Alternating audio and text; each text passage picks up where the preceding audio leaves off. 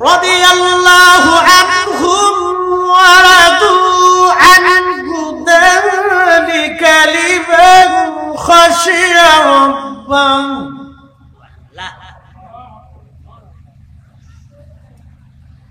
আল্লাহ রাব্বুল আলামিন সেই দিন তাদের মর্যাদাকে আল্লাহ বুলন্দ করে দিয়ে বলেন রাদিয়াল্লাহু আনহুম ওয়া রাদু আন। আমি রব, আমি তাদের উপরে খুশি হয়ে গেলাম, তারা আমি আল্লাহর উপরে খুশি। যালিকা লিমান খাশিয়া রাব্বা, এই জন্য তারা আমি আল্লাহ তাদের উপরে খুশি হয়ে গেলাম। তারা তার মানে সাহাবীরা আমি আল্লাহকে ভয় করত, ভয় করত, ভয় করত, ভয় করত। সেই জন্য আমি আল্লাহ সাহাবীদের উপরে খুশি হয়ে গেলাম।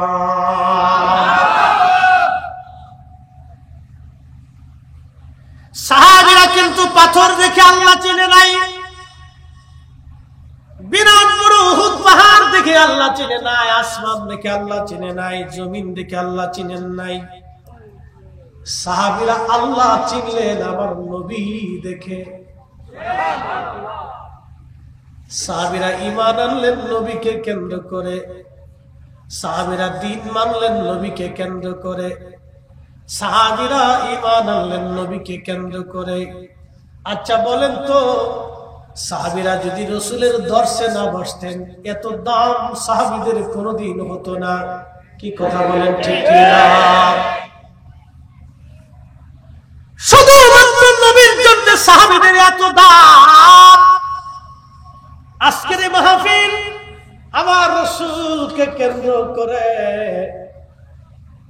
যারা বেদাতের তক্কা দেয়, বেদাতের ভয় দেখায়, শুনো মাহফিলে লেখা ঈদ, ঈদ মানে খুশি, আনন্দ। আনন্দ এটা শরীয়তের কোনো ঈদ না। এই ঈদ হলো নবী পায়া ইমানদারের অন্তরের প্রেমের ঈদ, এটা শরীয়তের ঈদ না। যদি শরীয়তের ঈদ বানাইতাম তাহলে 2 রাকাত নামাজের ব্যবস্থা হতো, খুতবার ব্যবস্থা হতো, একটা নির্দিষ্ট দিন তারিখ সময় নির্ধারণ হতো। আল্লাহর নবীর আশিকরা সারা বছরের যে কোনো সময় ঈদ মিলাদুন নবী পালন করতে পারে, তবে এই মাসটা আসলে তারা খুব গুরুত্বের সাথে আবার রাসূলের প্রেমে হাবুডুবু খাইয়া এই পাগলগুলি নবীকে কেন্দ্র করে মাহফিল সাজায়। নবীকে কেন্দ্র করে যদি সাহাবীদের এত দাম হয়, ইমানের দাম হয়, আমলের দাম এত বেশি হয়, নবীকে ভালোবাসার জন্য যদি একটা পাহাড় জান্নাতে যায়, সেই পাহাড়ের নাম উহুদ। আল্লাহর নবী বলতেন সাহাবীরা রে উম্মতেরা শোনো, এই উহুদ পাহাড় আমাকে ভালোবাসে, আমি নবী উহুদ পাহাড়কে ভালোবাসি। আলা বাবিন মিন আবওয়াবিল জান্নাহ, এই উহুদ হলো জান্নাতের একটা পাহাড়, জান্নাতের একটা পাহাড়, জান্নাতের পাহাড়। আরে নবীকে কেন্দ্র করে ভালোবাসার জন্য যদি একটা পাহাড় জান্নাতে চলে যেতে পারে, একটা উট যদি জান্নাতে চলে যেতে পারে, একটা খেজুর গাছের কাষ্ঠ উস্তুনে হাত ধরে যদি জান্নাতে চলে যেতে পারে, আমরা মিলাদুন নবীর মাহফিল সাজাইয়া আল্লাহর নবীর ভালোবাসার নিদর্শন দেখাইয়া আল্লাহর নবীর ময়দানে গ্রহেশ্বরে নবীর কদমে সুপারিশের আশা করতে পারি। কথা বলেন ঠিক কি? প্রিয় বোয়ালখালীবাসী, খুবই মনোযোগ।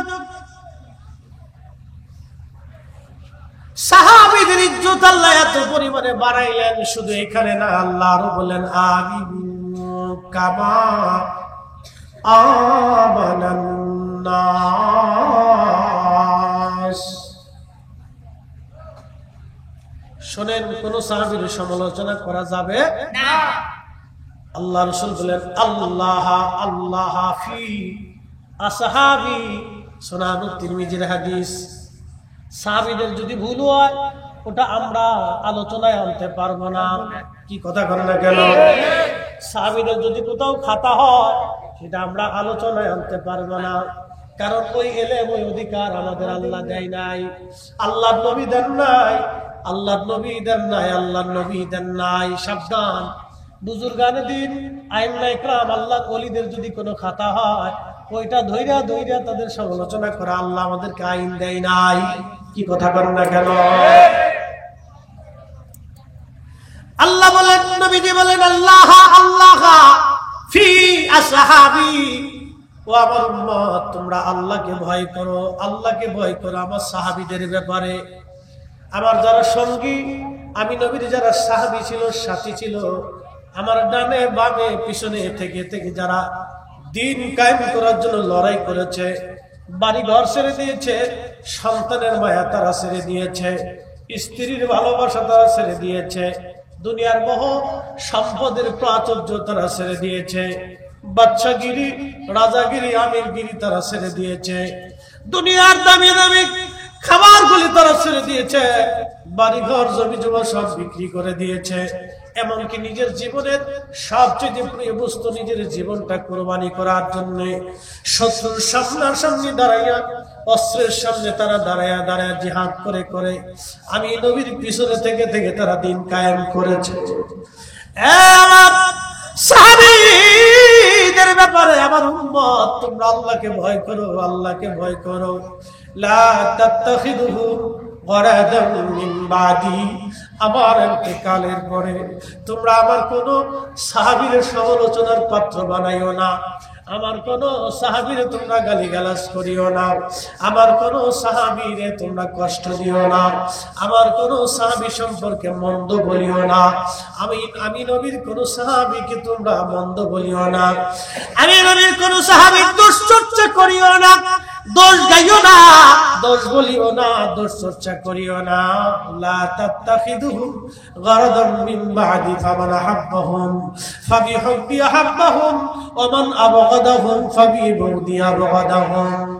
আমার উম্মতরা রে, আমার পরে আমি নবীর কোন সাহাবীকে যদি ভালোবাসো তাহলে আমি নবীকে ভালোবাসা হবে, আর আমি নবীর ইন্তেকালের পরে কোন সাহাবীকে যদি কষ্ট দাও, গালি দাও, সমালোচনা করো রে উম্মত, তাহলে আমি নবীর সমালোচনা করা হবে, গালি দেওয়া হবে, আমি নবীর কষ্ট দেওয়া হবে।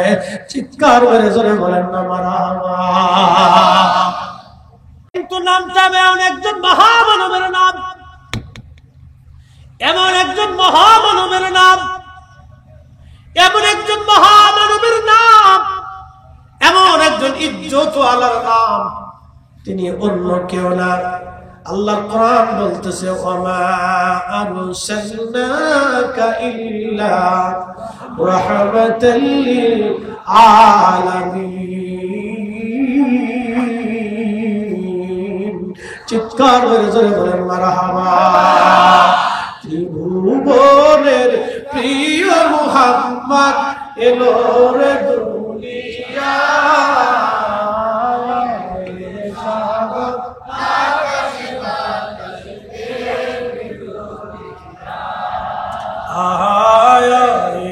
সাগর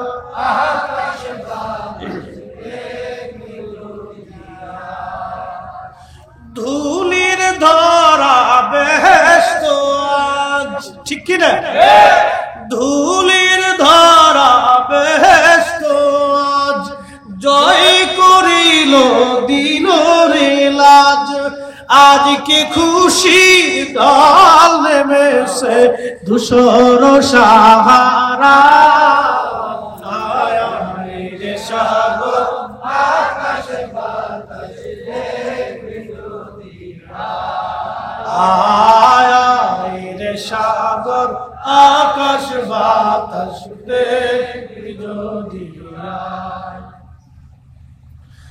বন্ধুগণ, সাহাবীদের দাম এত আল্লাহ দিলেন, এরপর আল্লাহ বলেন আমিনু কামা আমানান নাস। আল্লাহ কোরআন বলতেছে, আমার বান্দা তোমরা ঈমান আনো, ঈমান আনো, ওই রকম ভাবে ঈমান আনো কামা আমানান নাস। এই নাসের তাফসীরে সব মুফাসসির লিখছেন এই সাহাবা, সাহাবীরা যেইভাবে ঈমান আনছে আল্লাহ বলল সেইভাবে তোমরা ঈমান আনো, ঈমান আনো, ঈমান আনো। বোয়ালখালীবাসী সাহাবীরা যেভাবে ঈমান আনছে কোরআন বলতেছে সেইভাবে ঈমান আনো। ক্বালু আনুমিনু কামা আমানাস সুফাহা। সেই দিন মুনাফিক আর বেঈমান কাফিররা ডাক দিয়ে বলল, আমরা কি নির্বোধদের মতো ঈমান আনবো? বুকাদের মতো আমরা কি ঈমান আনবো? সাহাবীদেরকে বুকা বলেছিল, নির্বোধ বলেছিল। কেন জানেননি? বেলাল রাদিয়াল্লাহু আনহু একজন শুধুমাত্র কৃতদাস ছিলেন। হযরত সুমাইয়া রাদিয়াল্লাহু আনহা, যিনি প্রথম ইসলামের জন্য শহীদ হয়েছিলেন, একজন নারী। এই মহিয়সী নারী শহীদ, আল্লাহু আকবার, তিনি কৃতদাস ছিলেন, খুবই দরিদ্র, পীড়িত, অভাবী ছিলেন। এই জন্য দেখবেন মিলাদুন নবীর মাহফিল শুধু না রে বাবা, আল্লাহর দ্বীনের জন্য নবীর মহব্বতে যারা কষ্ট করে কাজ করে, বেশিরভাগ দেখবেন মধ্যবিত্ত আর নিম্নবিত্ত। আমার দেশের শত শত হাজার হাজার কোটি কোটি টাকার মালিক যারা আছে তারা এগুলি দেয়ও না, তারা মাহফিলে বসেও না, তাদের ছেলেরা আসেও না, তারা মাহফিল শুনেও না। তারা যদি এইগুলি শুনতো, বসতো, আসতো, তাহলে আমার দেশের এত চুরি চুরটানি হইতো না। কথা কোন ঠিক কিনা?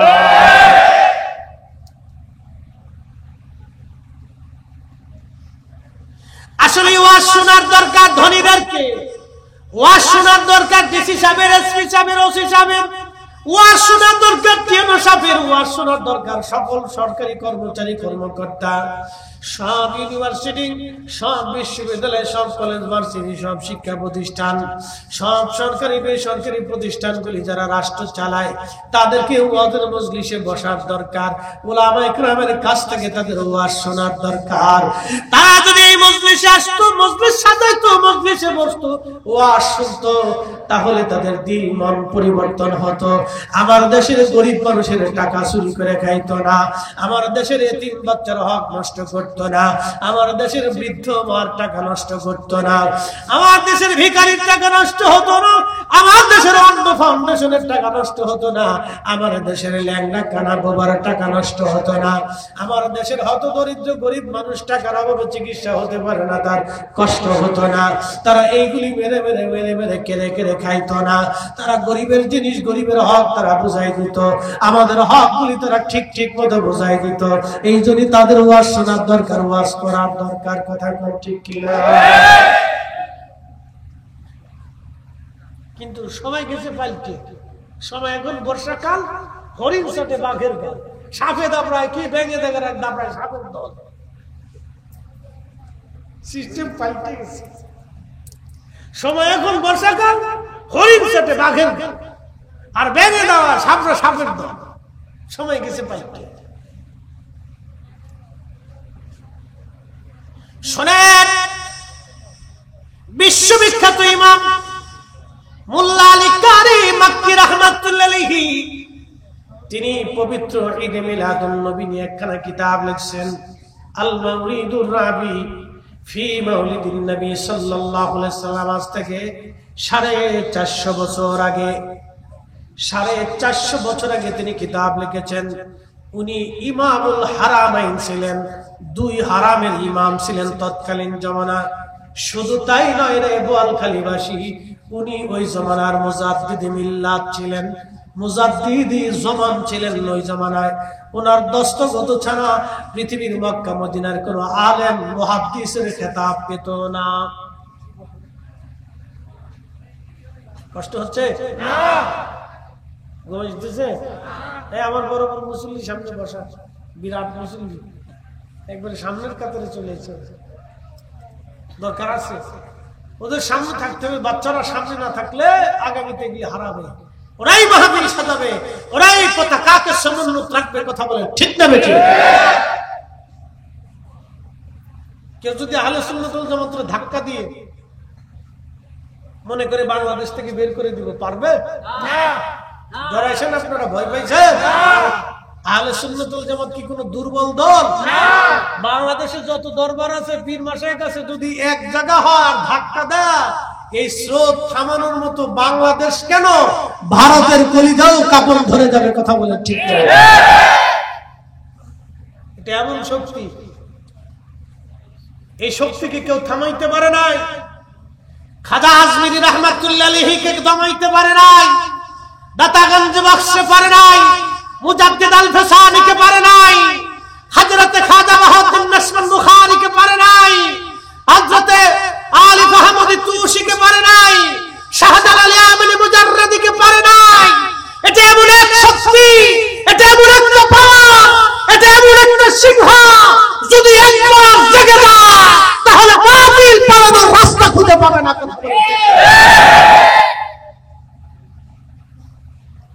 কেউ যদি মনে করে যে আহলে সুন্নাত ওয়াল জামাতকে ধাক্কা দিয়ে কেনি মেরে বঙ্গোপসাগরে দিয়ে দিব, এটা স্বপ্নই থেকে যাবে, স্বপ্ন থেকে যাবে।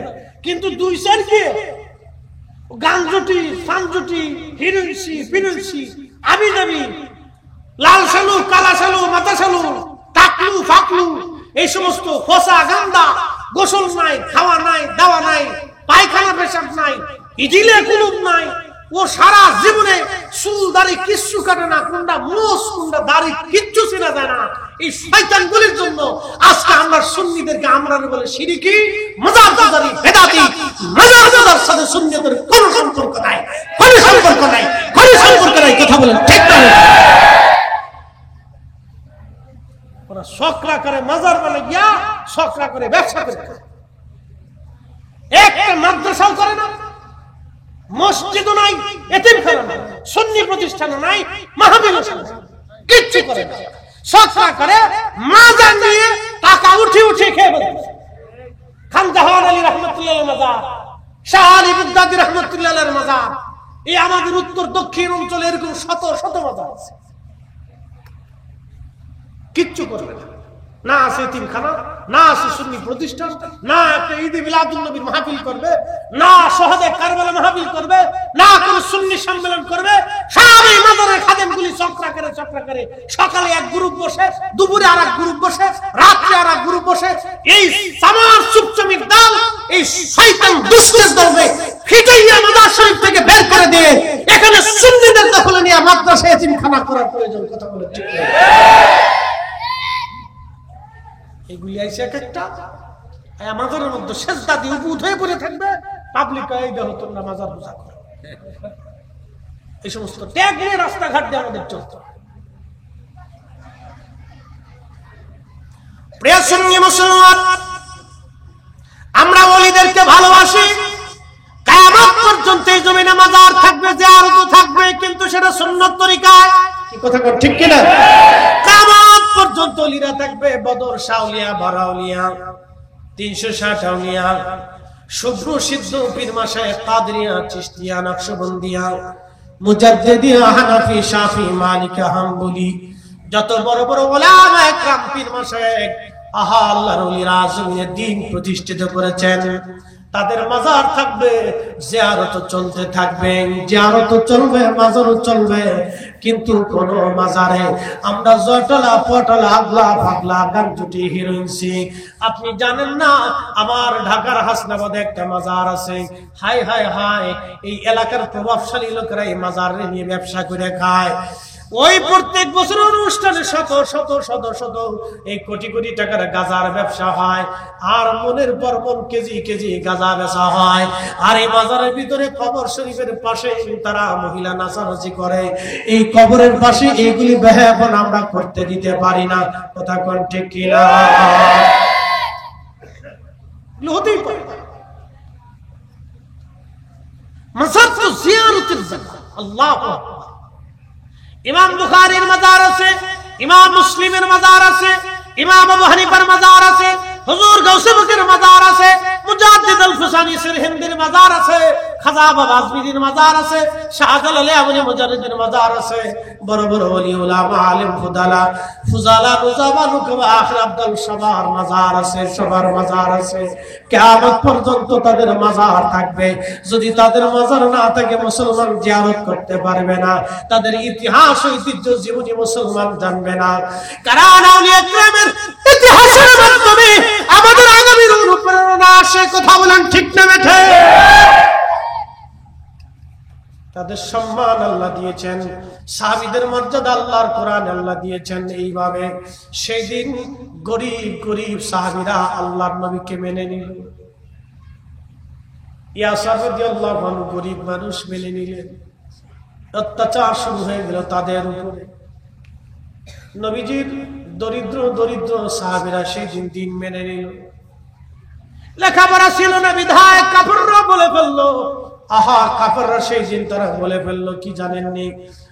আলু আনুমিনু কামা আমানাস সুবাহা, আমরা কি নির্বোধ আর বোকাদের মতো ঈমান আনবো? বোকাদের মতো ঈমান আনবো। সেই দিন আল্লাহর কোরআন আল্লাহ ধমক দিয়ে জবাব দিলেন, আলা সাবধান সাবধান, ও বেয়াদবের দলেরা সাবধান। তোমরা যারা আমার নবীর সাহাবীদেরকে নির্বোধ বলতেছো, বোকা বলতেছো, তোমরা শুনে রাখো। আলা ইন্নাহুম হুমুস সুফাহা, তোমরা যারা আমার নবীর সাহাবীদেরকে নির্বোধ বলতেছো, তোমরা নির্বোধ, তোমরা বোকা, তোমরা বোকা, তোমরা বোকা, তোমরা বোকা। সাহাবীরা নবীকে কেন্দ্র করার কারণে তারা ঈমান আলা হয়ে গেলেন, দুনিয়ার শ্রেষ্ঠ ব্যক্তি হয়ে গেলেন, আখিরাতের মহান ইজ্জতওয়ালা হয়ে গেলেন, কবরের জগতে তারা মহান ইজ্জতওয়ালা হয়ে গেলেন। আল্লাহ নবীর সোহবতে দর্শে বসে যদি তাদের এত দাম হয়, আজকের মাহফিল ঈদ মিলাদুন নবীর মাহফিল, আমার নবীর আগমনের মাহফিল, এই মাহফিলে বসার কারণে আমার রাসূলের কারণে মাহফিলের দাম বেড়ে গেল। আর মাহফিল যারা সাজাইলো তাদেরও দাম বেড়ে গেল, মাহফিলে যারা বসলো তাদেরও দাম বেড়ে গেল, মাহফিল যারা আগে করেছিল তাদেরও দাম বাড়লো, আগামী দূর যারা করবে তাদেরও দাম বাড়বে। ওই বেদাতের ফতোয়া মানার টাইম আমাদের না।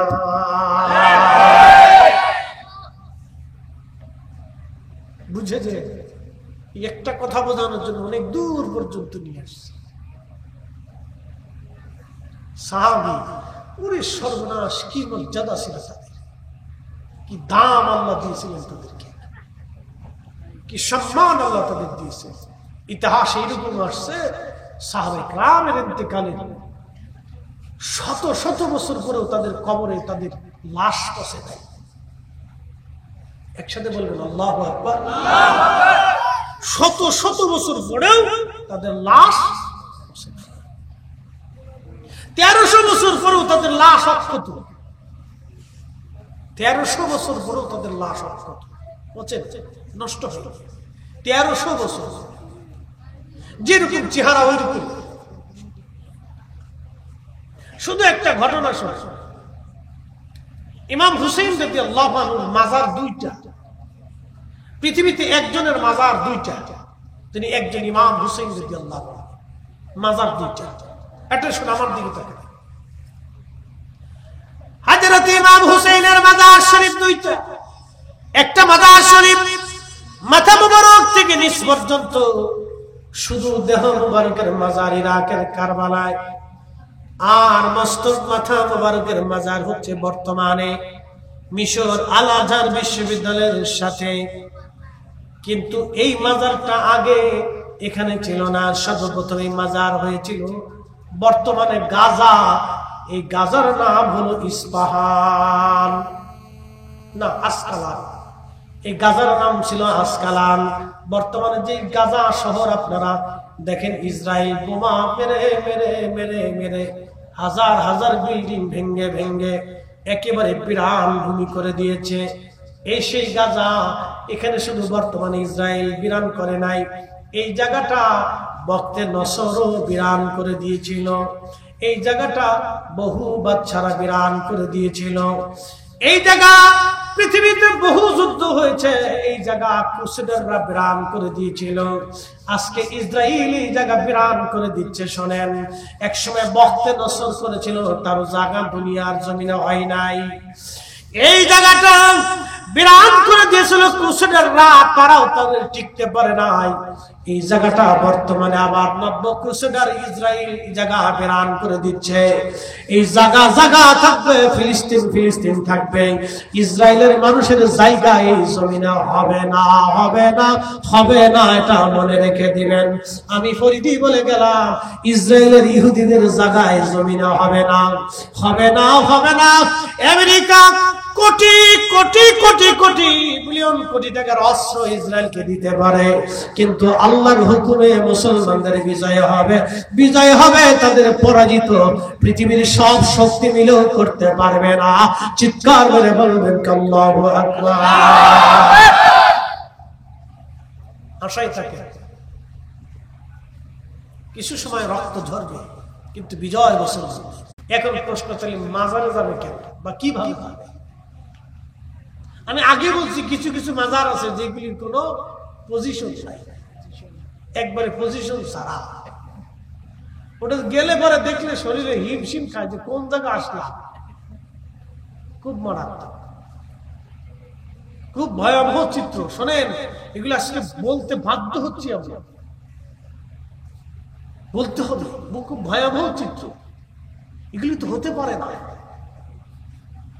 কখনোই হতে পারে না।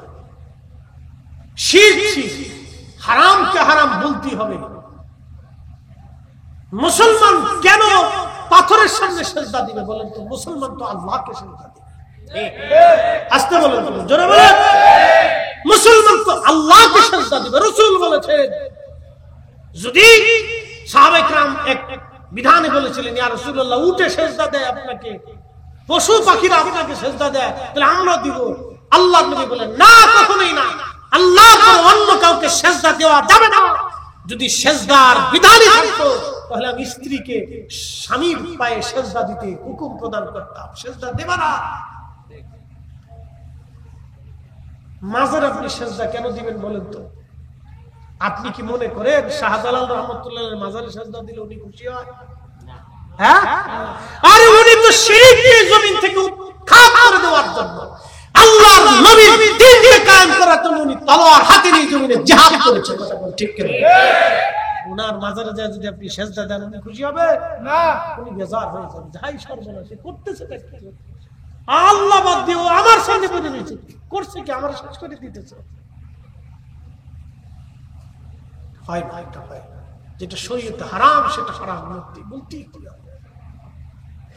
মহিলারা যাবে, মহিলারা যাবে, কিন্তু শর্ত আছে। যদি কোন মাজারে পর্দা সহ আলাদা করে একবারে দেওয়াল সিস্টেম করে দিয়ে, কাপড়ের পর্দা না, ওটা মাঝে মধ্যে বেলেট দিয়ে কাইটে ফুটা করে দিলে, কি কথা কর না, ফুটা করে দিয়ে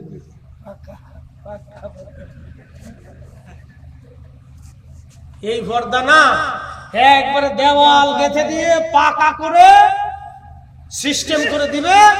ওখানে জিয়ারতের জন্য শুধু নারীরা থাকবে, নারী গার্ড, নারী পুলিশ সব আলাদা থাকবে। তারা ওখান থেকে তো মাজার শরীফ থেকে অদূরে হতে হবে, কাছে না, একটু দূরে হতে হবে, দূরে হতে হবে। সুন্দর করে একবারে পর্দার সাথে আলাদা যদি ব্যবস্থা থাকে, তাহলে মহিলা ইচ্ছা করলে জিয়ারতের জন্য যেতে পারে।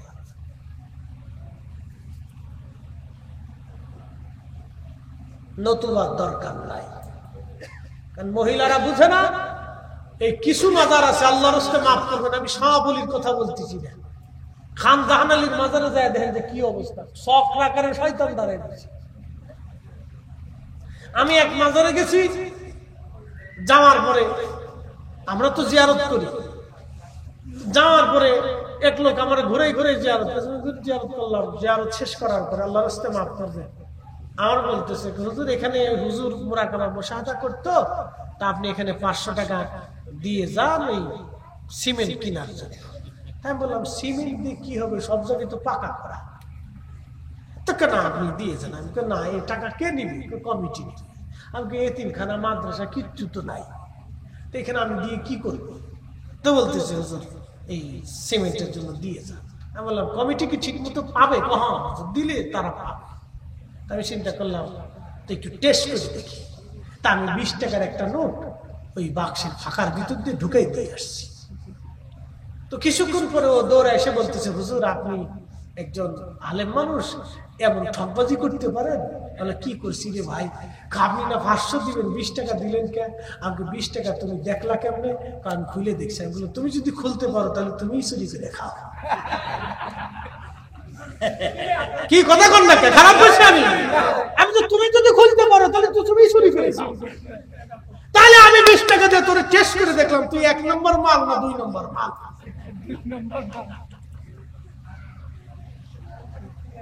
শোনেন, আমরা সব ওলিদেরকে ভালোবাসি। কি কথা বল না কেন? আমরা সুন্নি আলেমরা ওলিদের কথা বলতে বলতে আমাদের জীবন চলে গেছে। কথা কম জোরে বলেন। আমরা তাদেরকে আমাদের জীবন দিয়ে ভালোবাসি। তার মানে এটা না যে এগুলি করিয়ে ধান্দাবাজ আপনার বাটপার সিটার খাবে। ওখানে একটা সুন্নি মাদ্রাসা হোক, একটা এতিমখানা হোক, আমরা আমাদের টাকা সব ডাইলে দিয়ে দিই। কি কথা বলেন? দিয়ে দিই, অসুবিধা নেই। আচ্ছা, বিভূর হয়ে পড়াবো। আর একটা প্রশ্ন আছে হযরত আমির মুআবিয়া রাদিয়াল্লাহু আনহু সম্পর্কে। আমি এই বিষয়ে আপনাদেরকে বলছি, আল্লাহ রাসূল বলেছেন সাহাবীদেরকে সমালোচনা করবা না। কথা বলেন না কেন? সমালোচনা করা যাবে না।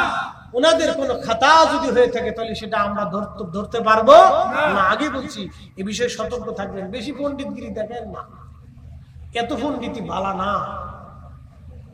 যেখানে ইমাম আজম আবু হানিফা কলম ধরতে পারে না, ইমাম বুখারী ধরে নাই, হুজুর গাউসে পাকের মতো ওলি আলেম পৃথিবীতে আর কোন মা জন্ম দিতে পারবে না। উনি যেখানে কলম ধরে নাই, মুজাদ্দিদ আল ফেসানি যার বিরুদ্ধে কলম ধরে নাই, আরে খাজা বাহাউদ্দিন নেশমান ধরে নাই, খাজা বাবা আজমিরি ধরে নাই, শাহজালাল ইয়ামানি ধরে নাই, ইমাম শাফি ধরে নাই, ইমাম মালিক ধরে নাই, ইমাম আহমদ ইবনে হাম্বল ধরে নাই, আইম্মে কিরাম মুজতাহিদিন মুতাকাদ্দিমিন মুতাআখিরিন সালফ সালিহিন হাসান বসরির মতো মহান মহাশিরা কলম ধরে নাই। সেখানে আমি ধরতে যাবো কেন? এই দুঃসাহস আমাকে দেখাইতে হবে কেন? আমরা একটু চুপ থাকলে হয় না? যেখানে আল্লাহ রাসূল নিষেধ করে দিয়েছে পণ্ডিতি দেখানো দরকারটা, এই জন্য চুপ থাকতে হবে। সাহাবায়ে কেরামের বিষয়ে আইম্মে কেরাম যাহা সিদ্ধান্ত দিয়েছে আমরা তাহা মানি নিব। কথা কোন ঠিক কি না? ওনারা যাহা সিদ্ধান্ত দিয়েছে তাহা মানি নিব, একবার শেষ। ওনার বিষয়ে সমালোচনা আলোচনা করা যাবে, নিন্দামন্দ করা যাবে। উনি রাসূল করিমের সাহাবী ছিলেন। মারহাবা বলবেন না? আচ্ছা, আমি বিভোর হই না? আরে পাগলের তো আমি বিভোর হয়ে রাসূল নামে দুরূদ পড়ে যাই,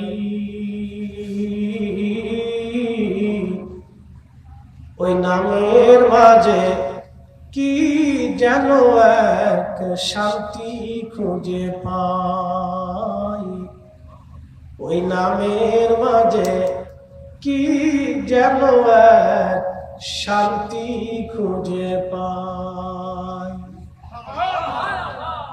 ওই নামই আমার গলার মালা, ওই নামই আমার গলার মালা, ওই নাম জপে মোর জুড়াই জ্বালা, আমার সব ভুল হবে না পেলে ওই, আমার সব ভুল হবে না পেলে ওই চরণ তলে ঠাই,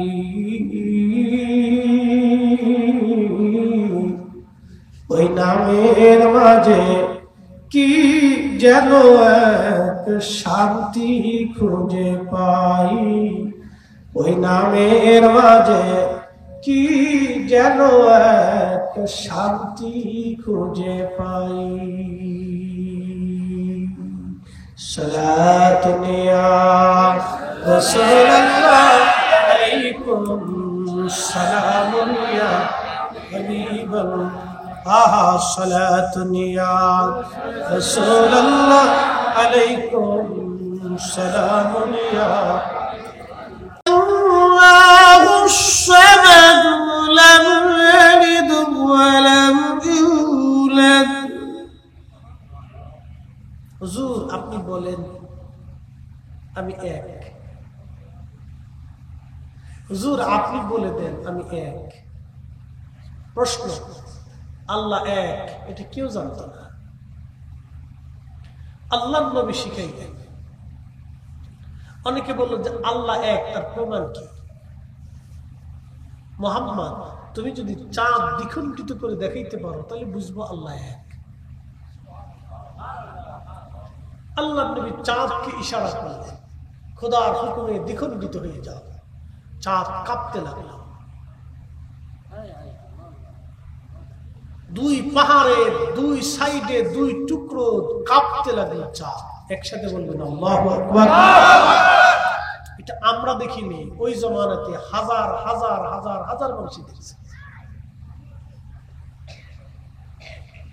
চাঁদ কেঁপে কেঁপে কেঁপে কেঁপে রসুলের হুকুমকে তালিম করল, পালন করল।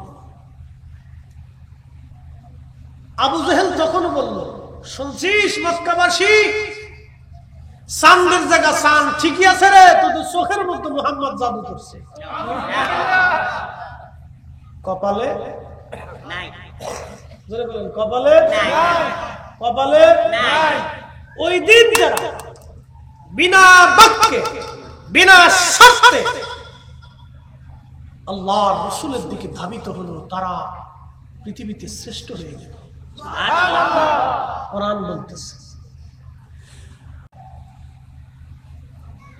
এখন কেউ যদি বেদাত মনে করে ওটা আমাদের কিছু করার নাই, তারা আমি গালি দিতে পারি না, গালি দিতে পারি না, বকা দিতে পারবো না, রাগ করতেও পারি না। ভাই রে, আবু জেহেল দেখার পরও মানে না, চাঁদ দ্বিখণ্ডিত করার পরেও বুঝে না।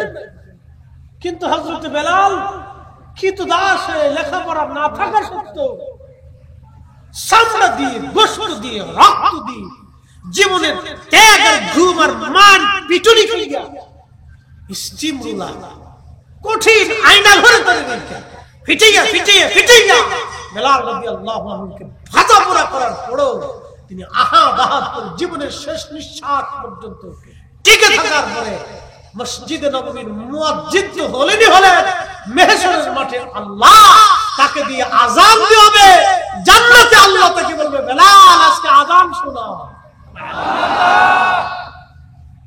ইজ্জত কি আমাদেরকে কেন্দ্র করে না রাসূলকে কেন্দ্র?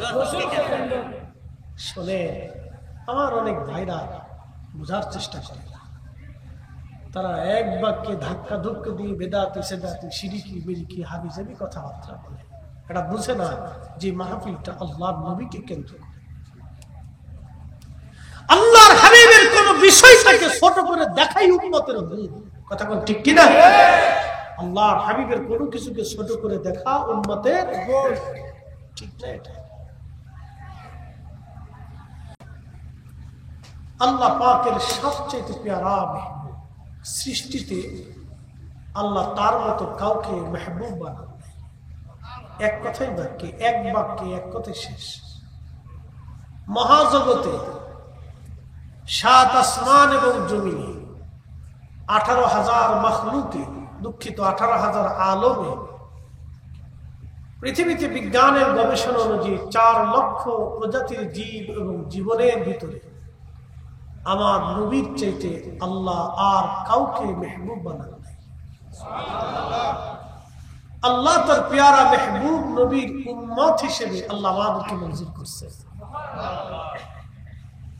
আপনি মিলাদুন নবীর মাহফিল করে আমরা এই শুকরিয়া শেষ করতে পারবো?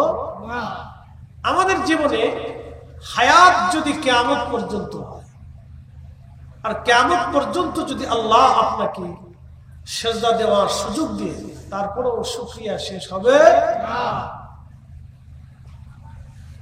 তো যেহেতু রব্বে করিম আমাদেরকে অনেক বড় ইহসান করেছেন, দয়া করেছেন, সেই জন্য আল্লাহর আসমানে আমরা একসাথে শুকরিয়া করে বলি আলহামদুলিল্লাহ।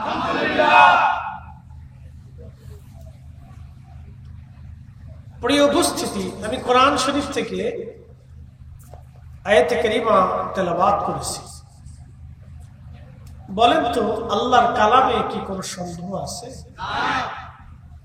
আমরা যদি আল্লাহর হাবিবের বিষয়গুলি শুধু কোরআন শরীফ থেকে বলি, তাতেও দীর্ঘ জীবনের তাফসীরের দরকার। শুধু কোরআন শরীফ থেকে আল্লাহর ভাষায় বলে। আচ্ছা বলেন তো, আল্লাহর কালাম হচ্ছে আল্লাহর জবান মিশ্রিত বাণী। কার কালাম? জোরে বলতে হবে, কার কালাম? এটা কিন্তু কোনো সৃষ্টি না, এটা আল্লাহর কালাম। রব যিনি মালিক খালিক, তিনার জবান থেকে আমার রাসূলের প্রশংসা করছেন। এখানে পৃথিবীর কোন ইমাম, কোন আলেম, কোন ব্যক্তি, কোন মুহাদ্দিস, কোন শায়েখ, কোন মুফতি কি বললো কিছু আসে যায় না। যেখানে কোরআন সমাধান দিয়ে দিছে, সেখানে অন্য কারো সমাধান আমাদের আর প্রয়োজন অনুভব আমরা করি না। তারপরেও উলামায়ে কেরাম সম্মানের স্তর, তাদের একটা ডিসিশনটাকে আমরা শ্রদ্ধা করি, সম্মান করি, মর্যাদা দিই। প্রিয় উপস্থিতি, আমরা মুসলিম। ইসলাম গ্রহণ করার কারণে আমাদের একটা পরিচয় হয়েছে। বর্তমান পৃথিবীতে 4000-এর উপর ধর্ম আছে, নানান ধরনের ধর্ম, নানান ধরনের বিশ্বাস। পৃথিবীতে এমনও দ্বীপ আছে যে মানুষ বৃদ্ধ হয়ে গেলে এটা জবাই দিয়ে গোশত রান্না করে খেয়ে ফেলে দেয়। পৃথিবীতে এমন স্থান আছে যে মানুষদেরকে তাদের দেহকে সংরক্ষণ করার জন্য নানান ওষুধ টষুধ দিয়ে কবরের ভিতরে সোনা দানা টাকা পয়সা দিয়ে বসাই দিয়েছে, তাদের ধর্ম বিশ্বাস। আবার আমাদের দেশে যারা সনাতন ধর্মে বিশ্বাসী, তারা আগুন দিয়ে পুড়িয়ে নিঃশেষ করে। খ্রিস্টান যারা আছে তারা মানুষকে কবরে সমাহিত করে।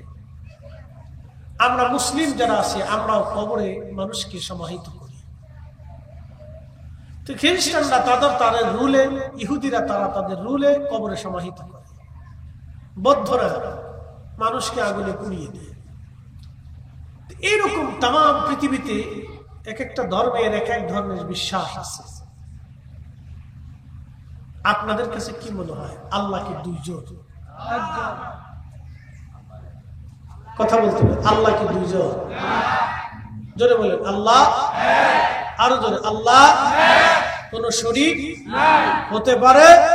কল্পনায় আসবে? চিন্তা করা যাবে?